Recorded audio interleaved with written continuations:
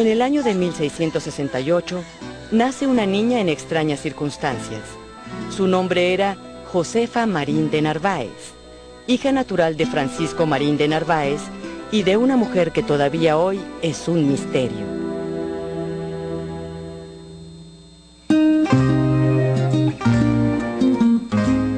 La niña fue reconocida por su acaudalado padre a través de un testamento donde le dejó una buena porción de sus bienes. Fue criada por algunos familiares, ya que su padre se fue del país sin conocerla. Por las formas ocultas en que se manejó ese nacimiento, se despierta la sospecha de que la madre fuese de raza negra o india, lo que para la época representaba una afrenta para las familias blancas. Con los años, Josefa se convertiría en la bisabuela del Libertador por la línea paterna. ¿Es posible que la bisabuela del Libertador tuviese sangre mestiza? ¿Es posible que nuestro Libertador fuese mestizo y se trató de ocultar por los prejuicios de la época? Simón Bolívar fue un hombre único y avasallante. Algunos de los hombres que lo conocieron, fascinados por su personalidad y carácter, dejaron por escrito detalladas descripciones de su físico.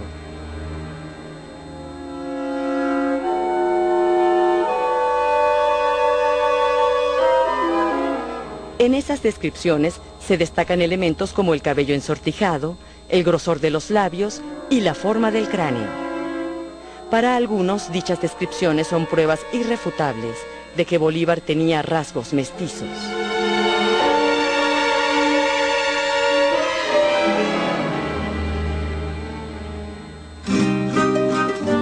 Gracias a una vida llena de glorias, el Libertador fue inmortalizado en numerosas representaciones pictóricas.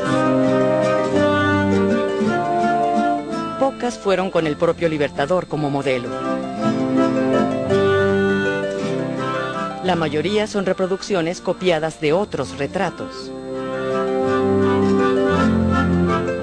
En general, la imagen iconográfica no dejó ninguna evidencia de que el Libertador pudiera tener algún rasgo mestizo.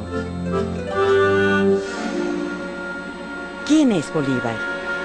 ¿Cómo era realmente? ¿Cómo era su rostro? Es muy importante esta imagen visual porque en parte te permite no solamente encarnar las palabras de ese personaje, sino que a través de la imagen visual uno trata como de penetrar más allá, de poder vislumbrar cómo era su alma, su pensamiento, su fuerza de voluntad y hacerse hasta hipótesis sobre cuáles serían los resortes que movían sus acciones, ¿no? Por eso se tiende siempre a tener un retrato de la persona. El retratismo, como quien dice, el concepto puro de retrato es lo que busca, que más que el parecido, el parecido a la personalidad interna del personaje. El parecido, todo que conocemos a alguien, es fácil para nosotros reconocer en los rasgos de una nariz, unos ojos, un personaje conocido, familiar, un amigo, etc. Pero el representar el parecido al alma o a la psicología del personaje siempre es una cosa que necesita del retratista una experiencia y una práctica que no es común. Ahí el afán de llevar a una obra la figura verdadera del retratado, pero hay también la factura artística. Afortunadamente del Libertador existen probablemente más que retratos pintados, muchos retratos escritos. Porque siempre hubo personajes a su alrededor que se asumieron como tarea histórica, que estaban conscientes del papel histórico que estaban jugando, acompañando al Libertador, que asumieron entonces la tarea de dejar plasmado una descripción física del Libertador. Casi todos esos testimonios tienen algo muy particular que resaltan ciertos aspectos físicos de Bolívar, ¿no? Siempre hablan de su mirada, de sus ojos negros, penetrantes y muy vivaces, ¿no? De la frente alta y ancha, la nariz perfilada, la cuenca de los ojos profundos, el labio inferior un poco más saliente que el superior, el labio superior delgado, de rasgos muy finos, nariz puntiaguda, una frente muy amplia, esa gran cabellera que tuvo, de pelo negro rizado. Después empiezan a aparecer las canas y lo sabemos por todas estas descripciones. Esos son elementos del rostro de Bolívar que se repite porque son como muy determinantes. Durante gran parte de su periodo activo en la guerra, usa bigotes y las largas patillas que todos siempre le atribuimos a los próceres de la independencia.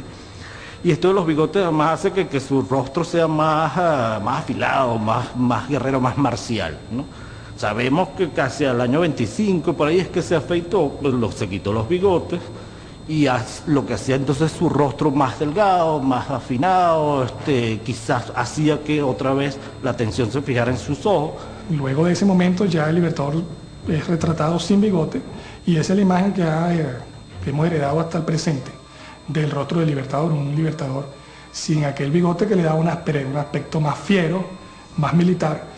Gil de Castro, ¿verdad?, es uno de los pintores latinoamericanos que más retrató al Libertador. Lo retrató en vida y lo retrató muchísimas veces después de muerto, guiándose por los retratos que le había hecho. Creo que es el único pintor sobre el cual existe una carta de puño y letra del Libertador, del cual elogia su obra y además se utiliza como referencia a la frase de que es retrato mío hecho con la mayor exactitud y semejanza. Ese es un cuadro que satisfizo mucho al Libertador por el parecido logrado por el artista. Tanto fue así que en una carta que le envía a María Antonia, su hermana, junto con el cuadro, él habla de eso. Su retrato ha sido una imagen también interpretada por muchos artistas posterior a la muerte del Libertador. Ha sido uno de los íconos que se ha utilizado para que otros artistas recreen la imagen del Libertador. La maravilla es que tenemos esos testimonios, pero siempre nos quedaba la duda de cómo realmente fue, porque si eso lo cruzamos con los retratos que sabemos que se le hicieron en vivo, o sea, estando vivo, que el Libertador posó y lo pintaron, son muy pocos los retratos que sabemos que se le hicieron, varios pintores, 3, 4, no debe llegar a 5 las personas que lo pintaron directamente. Por tanto, siempre queda esa duda de que no sabemos cómo era realmente.